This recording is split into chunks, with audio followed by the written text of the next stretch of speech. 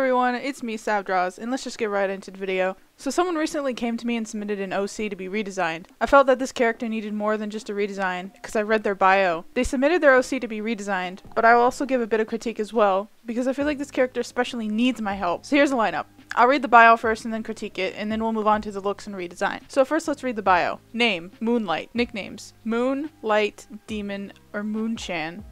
Her age is 115, but her appearance is 14 to 15. Her date of birth is December 5th. Her birthplace is North America, but raised in Japan. Gender's female. Species, Pegawolf Demon. Occupation, Demon Assassin. Codename for a secret assassin society, a black market that kills innocent or corrupt souls that are on her list to do. The rules are originally from her split personality disorder. Sexual orientation is straight. Status, single. Personality, cheerful, warm-hearted, carrying around friends, old or new.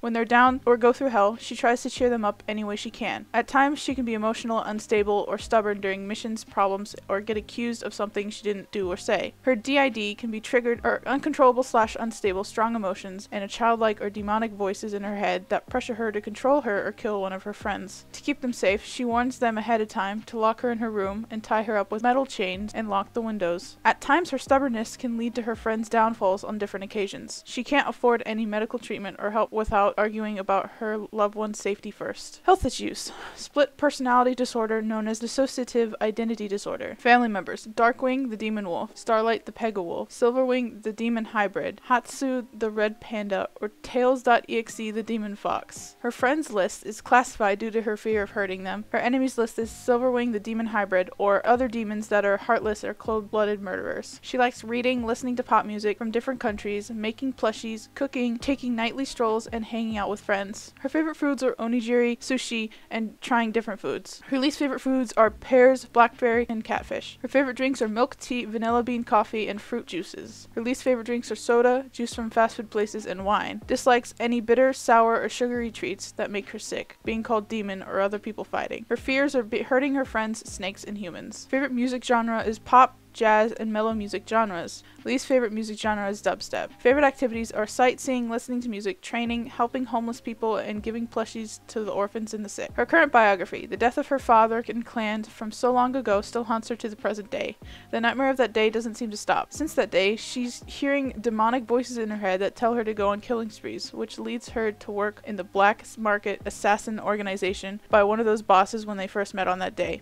She keeps this a secret from those closest to her, feeling that she'll lose them or you hurt them more in a way if they figure out. Her basic stats are agility is 8 out of 10, speed is 8 out of 10, stamina is 7.5 out of 10, strength is 7 out of 10, intelligence is 7 out of 10, defense is 8 out of 10, skill is 7.5 out of 10. The weapons/items she uses are mostly her claws and fangs for battle, but she will use her blade or gun on some rare occasions. She can control ice, darkness, or light, but will rarely use them if it's a last resort. Trivia. Mood's wings changes color depending on her emotion. When she feels emotionless, her wings change to black and her eyes become soulless, wearing a black jacket with black shades around her eyes that won't appear often. When her DID, known as a dissociative identity disorder, takes over, her wings turn to the mix across of a demon and a pegwolf and fuse together, leaving the wings colored dark red and black. Some of her friends think the wings in this state are the two sides of her species' DNA fighting each other to gain control over her. But she acts heartless as a demon, hurting or killing innocent souls in her way, including her friends, but can hesitate or regain control of only a short amount of time.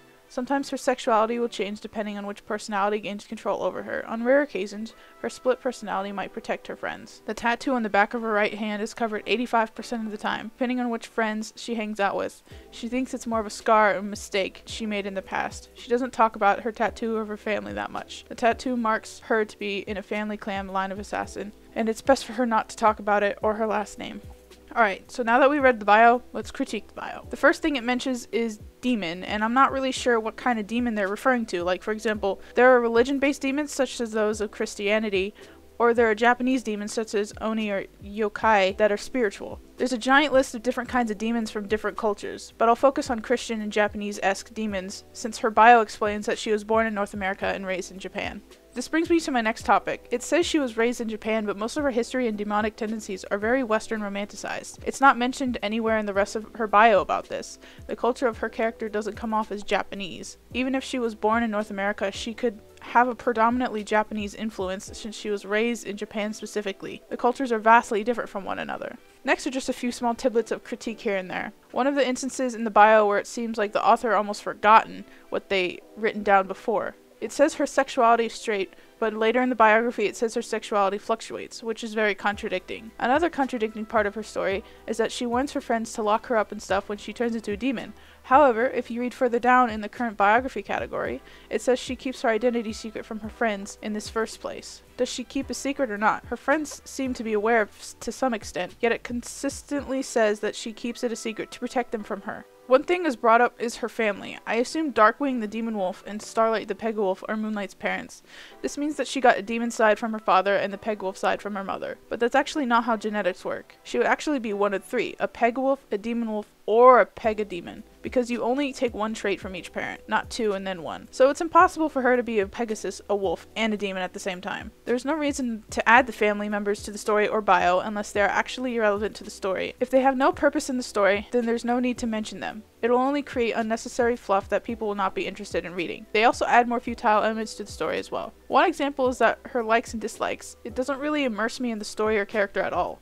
In fact, it turns me away from the story and distracts me. It doesn't make me know any more about the character other than the fact that she likes sushi and chill music. These things aren't relevant to the story at all, and it's no big plot point that she needs to eat sushi or take walks at night, and shouldn't be added in. Also, a few things to remove would be her other powers of light, ice, and darkness. How would she obtain these in the first place? And it's unneeded and unimportant for the story as a whole. If anything, it makes her overpowered. Speaking of overpowered, let's talk about her stats. Her stats include 8 out of 10 for 3 things, 7.5 out of 10 for 2 things, and 7 out of 10 for 2 things. That's all B's and C's. They usually take and give for these things. For example, if a character is fast and high agility, they won't be as strong because their stat points would be for one area.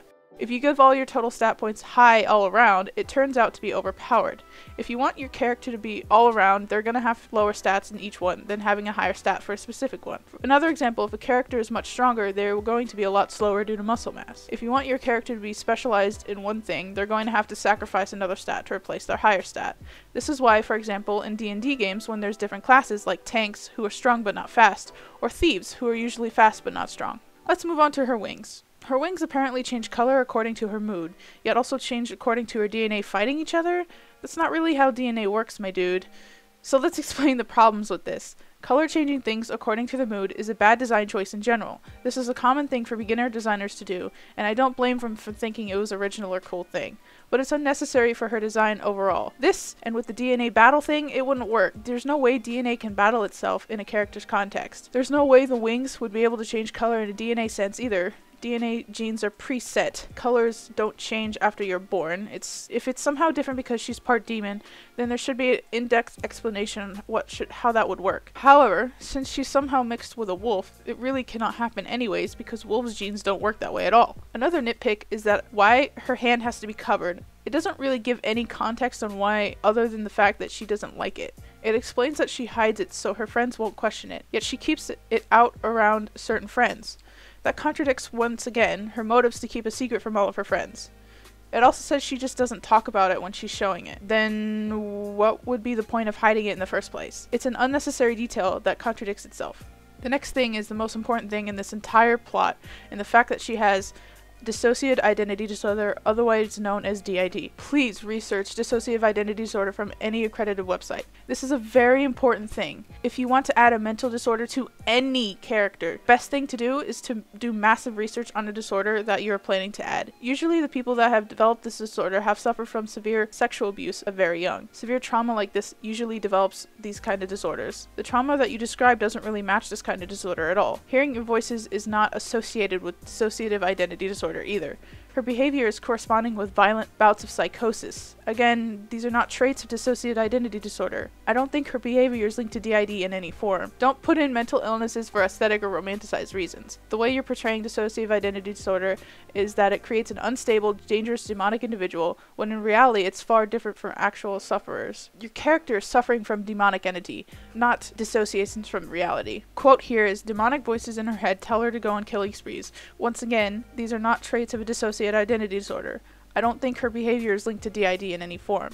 Again, please research disorders extensively before adding them into your character story. This disorder does not belong here and portrays those who actually have disorder in an incorrect way. That's just the critique for the bio of this character. One last thing we should actually mention before we move on to the redesigning of this character.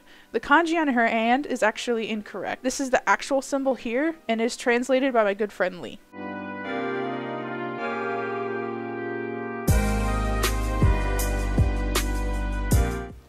For the first design, I wanted to make something that was Japanese inspired since she was raised in Japan as a child. This would affect her cultural upbringing and maybe change her style a bit. Not saying this is what all Japanese people wear, I just thought it would be interesting to see her background shown more through her style. I altered the original colors a bit, but kept it very similar to the original color scheme.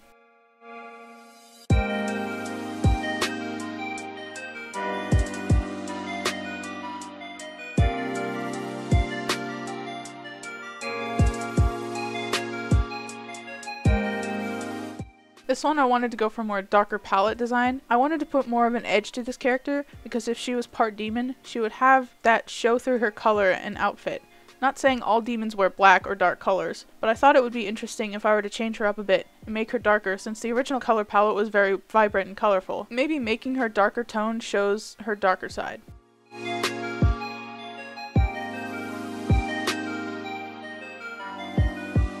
This one is completely opposite from the last one. This one mainly focuses on her happy, bright personality. She seems to be a very loving, happy character, aside from her demon form.